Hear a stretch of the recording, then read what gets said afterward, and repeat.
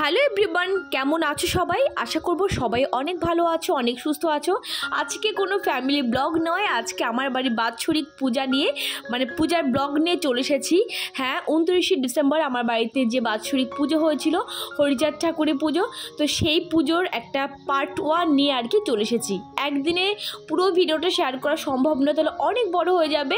তো প্রথমেই তোমাদেরকে দেখিয়ে দিই আমার ওপরে ঠাকুর ঘরকে কীভাবে সাজিয়েছিলাম। সকালবেলা পুজো দিয়েছিলাম, দেওয়ার পর তোমাদের শেয়ার করলাম। আর এই শাড়িটা পরে নিয়েছি, আর তার সঙ্গে অবশ্যই গামছা তো থাকবে। পুজো বাড়ি বলে কথা, কেমন লাগছে শাড়িটা পরে ডেফিনেটলি কমেন্ট করে জানিও।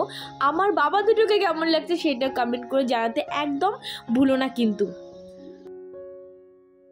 Good morning everyone. আজকে শুক্রবার, আজকে হচ্ছে আমাদের বাড়িতে উৎসব। তোমাদেরকে আগে বলেছিলাম যে শুক্রবার দিন আমাদের বাড়িতে উৎসব, তো আজকে সেই শুক্রবারটা চলে এসছে। তো সকালবেলা আমি কিছু ভিডিও শ্যুট করতে পারিনি, সকালবেলা উপরে ঠাকুর ঘরে পুজো দিলাম। পুজো দেওয়াটা তোমাদের সঙ্গে শেয়ার করতে পারিনি। সত্যি কথা বলতে কি বলতো, ওপর নিচ করে আবার মোবাইল একদিকে রয়েছে, মানে নর্মাল দিন আর উৎসব বা অনুষ্ঠানের দিন বাড়িতে যাওয়া হয় আর কি। তো পুজো দেওয়ার পর তোমাদের সঙ্গে শেয়ার করলাম ঠাকুর সিংহাসনটা কীভাবে সাজিয়েছি, তোমাদেরকে দেখালাম। অবশ্যই কমেন্ট করে জানিও কেমন হয়েছে। তো এখন এই যে এই শাড়িটা জামদানি শাড়িটা পরে দিয়েছি, সাদার মধ্যে লাল, তোমাদেরকে পুরোপুরি দেখাতে পাচ্ছি না, যাই হোক। আর গামছা নিয়েছি, এখন যাব জল ভরতে ঠাকুরের। গঙ্গায় যাব জল ভরতে, গঙ্গার নদী নয়, মানে পুকুরে জল ভরবো কিন্তু গঙ্গার নাম করে আর কি, যেটা হয় আর কি। কাছে পিঠে সবসময় গঙ্গায় যে সম্ভব নয়। আগে আমরা গঙ্গায় যেতাম, বাট এখন যাওয়া হচ্ছে 2-3 বছর ধরে। আমরা আগে দক্ষিণেশ্বর গিয়ে গঙ্গা নদী থেকে জল ভরে নিয়ে আসতাম, লকডাউনের পর থেকে সেটা এখন সম্ভব হচ্ছে না যাওয়া। তো চলো নিচে যাই, নিচে অনেক লোকজন আছে, তো এখন যাব জল ভরতে। দেখতে থাকো ব্লগটা, আশা করছি তোমাদের ভালোই লাগবে। ওপরে কাজকর্ম কমপ্লিট করে নিচে চলে এসেছি। নিচে দেখছি মা এদিকে সমস্ত জোগাড় যন্ত্র করছে, আরও সবাই চলে এসেছে। আর হ্যাঁ, একটা কথা না বললে না, এই যে আমার ঠাকুর। আর এর আগে একদিন কমেন্ট এসেছিল যে কি ঠাকুর তোমাদের পুজো হচ্ছে। হরিচাঁদ ঠাকুরের পুজো হয় আমাদের বাড়িতে। আমাদের গৃহদেবতা হলেন হরিচাঁদ ঠাকুর এবং শান্তিমাতা। তো যাই হোক, আমার গলা প্রচণ্ড পরিমাণে বসে গেছে, ঠান্ডা লেগেছে বিভৎস পরিমাণে। আশা করছি তোমরা গলার আওয়াজটা শুনে বুঝতে পারছো। প্লিজ তোমার মনে কিছু করো না, ইগনোর করে ব্যাপারটাকে।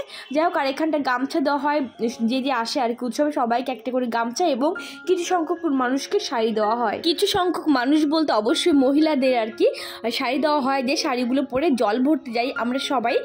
গঙ্গা বললাম, ওই যে গঙ্গা নাম করে পুকুরে আমরা জল ভরতে যাই, তো সেটাই তোমরা একটু পরে দেখতে পাবে। আমার ননদ সবাইকে শাড়ি দিচ্ছিল ওই যে। আর এই যে আমার ঠাকুর, আরেকবার তোমরা দেখে নাও।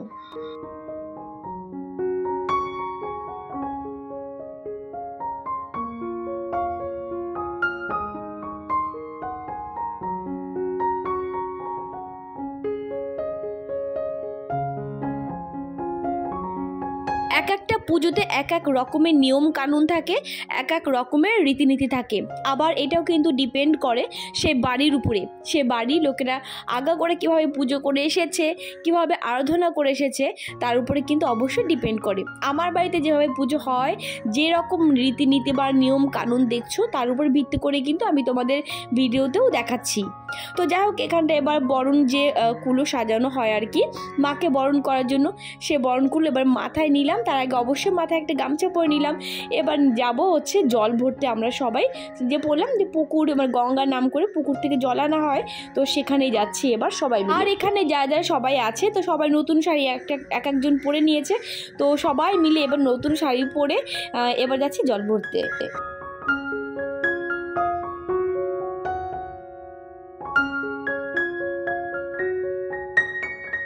জল ভরতে যাব আমাদের বাড়ি থেকে খানিকটা দূরে, মানে বাইপাস পার করে, তারপরে সেখানটা যাচ্ছে এই যে।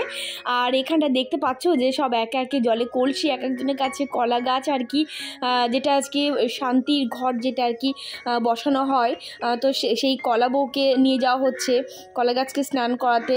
আর কলসি তো অবশ্যই তার সঙ্গে আছে। তো এখন যাচ্ছি আমরা। আর এই রীতিনীতিগুলো বা পুজো অনুষ্ঠানটা কেমন লাগলো তোমাদের কমেন্ট করে জানিও। আমি না সত্যি কথা বলতে সেভাবে কথা বলতেও পারছি না, মানে এত কাশি হচ্ছে, কথা বলতে বসলাম পাশে একটা জলের বোতল নিয়ে বসেছি, যাতে ওর কাশি উঠলে জল খাবো। তো জানি না কেমন কি ভয়েস ওভার করতে পারছি, অবশ্যই কমেন্ট করে জানিও।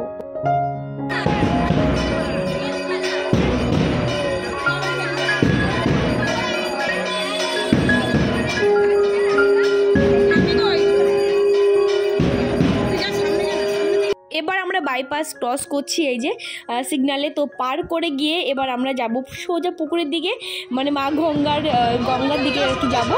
আর হচ্ছে আর একটা কথা না বললে নয়, আমার আদমের কথা যে এত খুশি ওরা থাকে, পুরো উৎসবটা জুড়ে যেন ওদের খুশি একটা মেলা থাকে। তো মানে দৌড়াদৌড়ি ছুটোছুটি সমস্ত কিছুর আগে আর কি করে সবার আগে ওরা কাজ করে আসবে, মানে এত খুশি ওরা থাকে।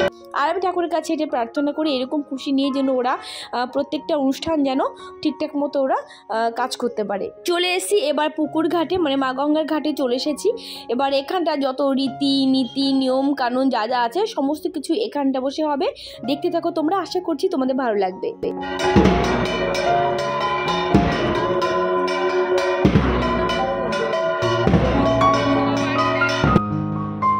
প্রথমে গঙ্গার ঘাটে এসে সমস্ত জায়গা ভালো করে ধুয়ে তারপরে মা গঙ্গাকে আরাধনা করা হলো এবং একটা আসন কেটে দেওয়া হলো। মা গঙ্গা যেন এখানে এসে বসে এবং আমাদের পূজা গ্রহণ করে।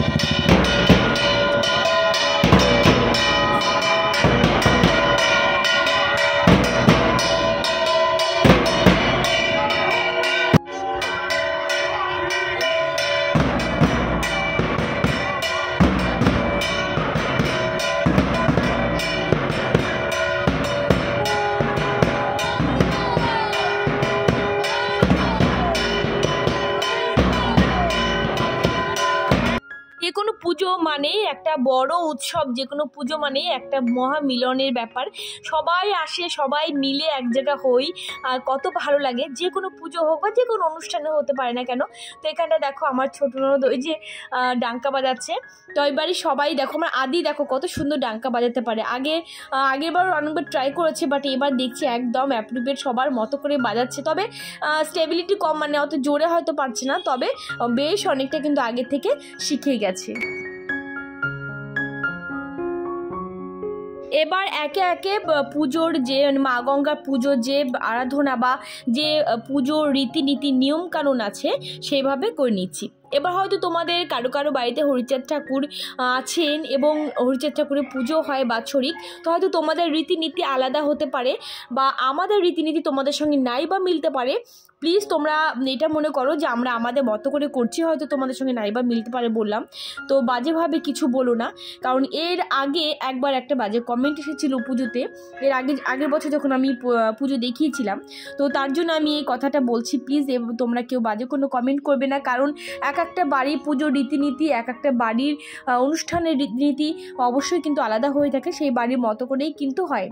তো দেখো এই যে এবার মা গঙ্গাকে পুজো করে নিচ্ছি, নিয়ে তারপরে বরণডালা দেখানো হচ্ছে, যা যা নিয়ম কারণ সেগুলো একে একে এবার করে নেব।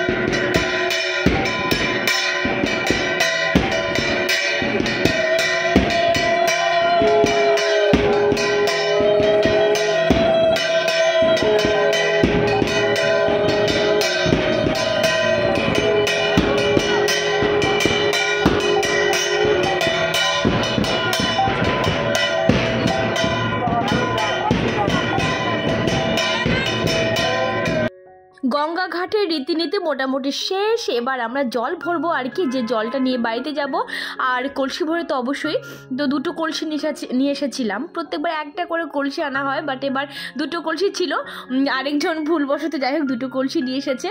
আর এই জলটা দিয়ে কিন্তু ঠাকুরের ঘটে জল দেওয়া হবে, অর্থাৎ ঘট বসানো যেটা আমরা বলি। তো এই গঙ্গার ঘাটের জল মনে করে এই জলটা নিয়ে গিয়ে তারপরে ঘট বসানো হবে। অবশ্যই তার মধ্যে গঙ্গা নদীর যে জল সেটা তো সবার ঘরে থাকে সেটা মিশিয়ে দিলেই তো গঙ্গা নদীর জল হয়ে গেল আর কি। তো যাই হোক না কেন, তো এবার জল ভরবো, জল ভরে নিই, তারপর এবার আমরা বাড়ি ফিরবো। বিয়ের পর আমি যখন এই অনুষ্ঠানটা করি, মানে আমার বিয়ে হয়েছিল ডিসেম্বরে একদম প্রথম দিকে, আর অনুষ্ঠানটা একদম লাস্টের দিকে, তো আমার কাছে একদমই নতুন অনুষ্ঠানটা, আগে কখনোই দেখিনি আমি। এবং এই অনুষ্ঠানে সমস্ত কিছু যখন আমার হাত দিয়ে করানো হয় প্রথমবার, তো আমি তো পুরোই অবাক, কারণ এই সমস্ত নিয়মকানুন আমি কোথাও দেখিনি, বা নিয়মকানুন এগুলো তো মানে একদম অচেনা নিয়মকানুন সেরকমটা নয়, বাট আমার কাছে অচেনা, যেহেতু আমি এই পুজো আমি আগে কখনো দেখিনি। তো যাই হোক, আমার খুব ভালো লেগেছিলো এবং সেই থেকে তো আমাকে পুজো করেই আসতে হয়। আর এখানটা কলা বউকে নিয়ে আসা হয়েছে, কলা গাছকে স্নান করানো হচ্ছে ভালো করে, যেটা এখানে শান্তির ঘট হিসেবে বসানো হবে একদম আমাদের বাড়ির মেন দরজাতে আর কি। তো এখানে কলা গাছকে স্নান টান করে নেওয়া হলো, সমস্ত কিছু নিয়মকানুন করা কমপ্লিট, এবার বাড়ি ফিরবো।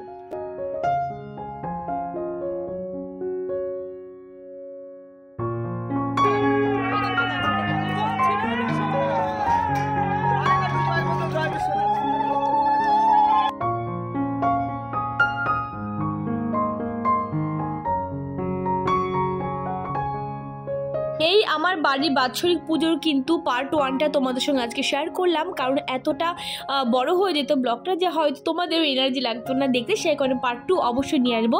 আর হ্যাঁ, আমি চেষ্টা করবো এটা আজকে আমি শেয়ার করলাম এবং পার্ট 2টা কালকে আমি শেয়ার করে দেওয়ার জন্য, কারণ বেশ কয়েকটা দিন লেট হয়ে গেছে অলরেডি, সেই কারণে আমি চাইছি না যে আরও একদিন পরে যাক, তোমাদের ভালো লাগবে পর দেখলে আর কি।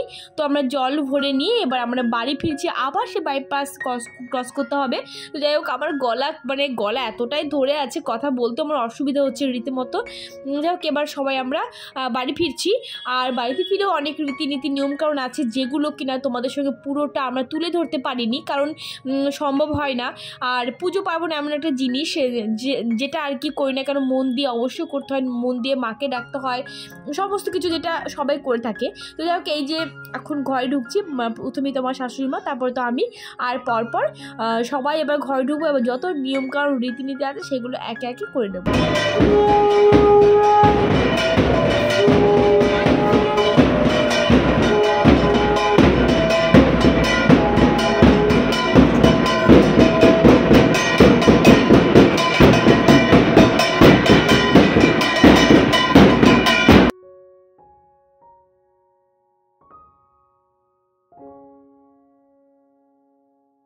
ঘরে ঢুকে মা এখানটা বসে পড়েছে, সমস্ত কাজ তো মাই করবে।